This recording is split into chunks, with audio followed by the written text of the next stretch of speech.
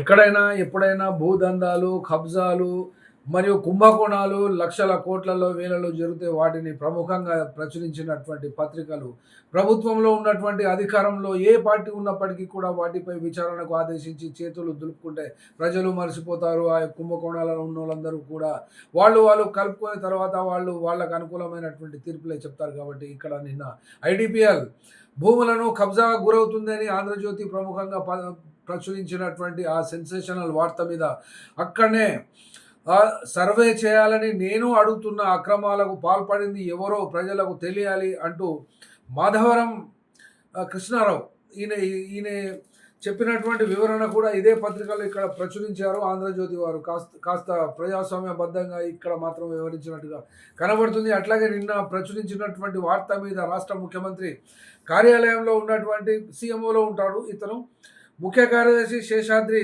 మేడ్చల్ కలెక్టర్కు ఈ యొక్క భూముల వ్యవహారంలో ఎంక్వైరీ చేయమని ఆదేశాలు ఇచ్చారు.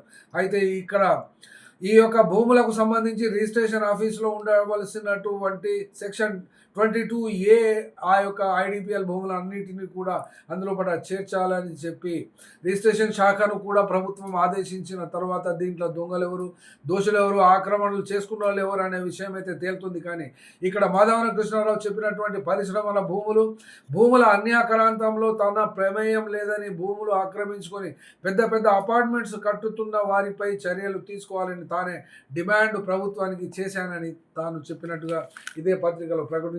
కాబట్టి ఇందులో కూడా వాస్తవాలు ఎప్పటికీ వస్తాయి బయటికి అనబడే విషయం ఎవ్వరూ చెప్పలేరు. ఎందుకంటే మరుగున పడడానికి ఎంక్వైరీలు ఉపయోగపడుతున్నాయి. ఎంక్వైరీల పేరుతో వాస్తవాలను మరుగున పరుస్తున్నాయి ప్రభుత్వాలు మరియు ఈ యొక్క యంత్రాంగము మరియు పత్రికలు, మీడియా కూడా.